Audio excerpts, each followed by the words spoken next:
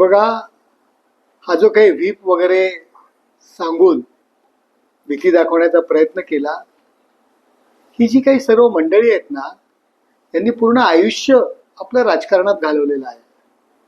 बोरू बहादरगिरी करून ते खासदार नाही झाले.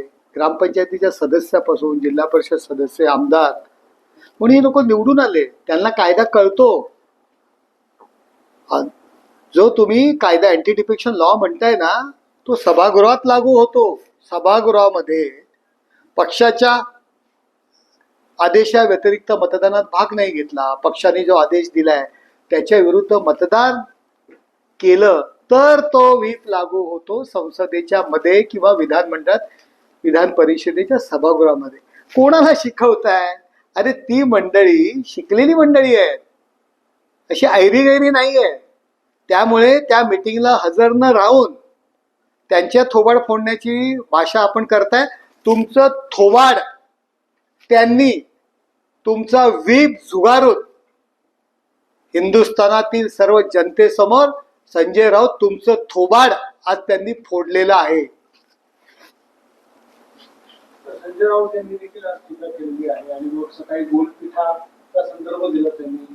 काय वाटतं, गोलपीठाचा संदर्भ देऊन स्वतःची जी शिबी आहे ती त्यांनी हे करायला? हे बघा, ह्या ज्या त्या भाषा वापरतायत, गोलपीठा म्हणतायत, वेशा म्हणतायत, मुळात आपण, मी वाईट शब्द वापरणार नाही, पण काँग्रेस बरोबर शय्यासोबत जे आपण करताय, काँग्रेस वाढवण्याची जी सुपारी आपण घेतलेली आहे, पवार साहेबांना पण सांगताय की ज्यांनी स्वतःच्या आत्मसन्मानाकरिता राष्ट्रवादी काँग्रेस पक्ष काँग्रेसमधून बाहेर पडून उभा केला, त्यांना सांगताय काँग्रेसमध्ये विलीन करा.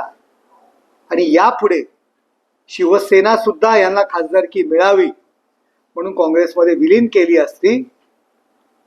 म्हणून आज त्या खासदारांनी भूमिका घेतली असेल. मला वाटतं काही खासदारांनी सुद्धा ती शंका व्यक्त केली, भविष्यामध्ये शिवसेना काँग्रेसमध्ये विलीन करणार आहेत म्हणून आम्ही बाजूला गेलेलो आहोत.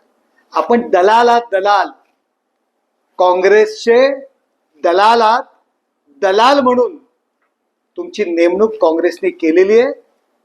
तुम्ही कसल्या गप्पा मारताय हो?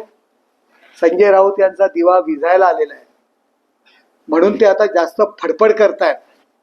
त्याला खऱ्या अर्थाने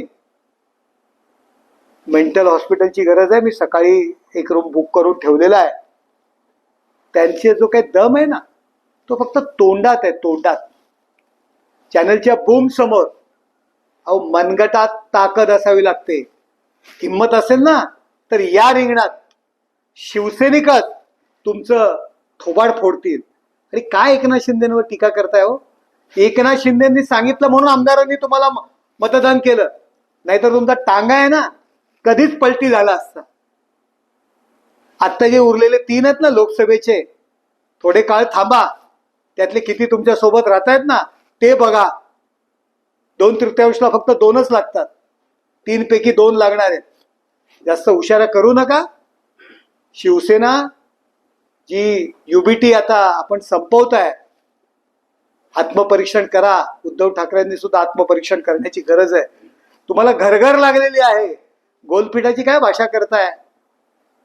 आपण आहे ना, आपण ती युबीटी ही गोलपीठा बनवून ठेवलेली आहे. काँग्रेस बरोबर शय्यासोबत आपण करत आहात, आपण दलाली करत आहात काँग्रेसची. त्यापासून त्या युबीटीला बाहेर काढा, लोकांमध्ये जायला सांगा. हे धंदे आहेत ना ते बंद करा.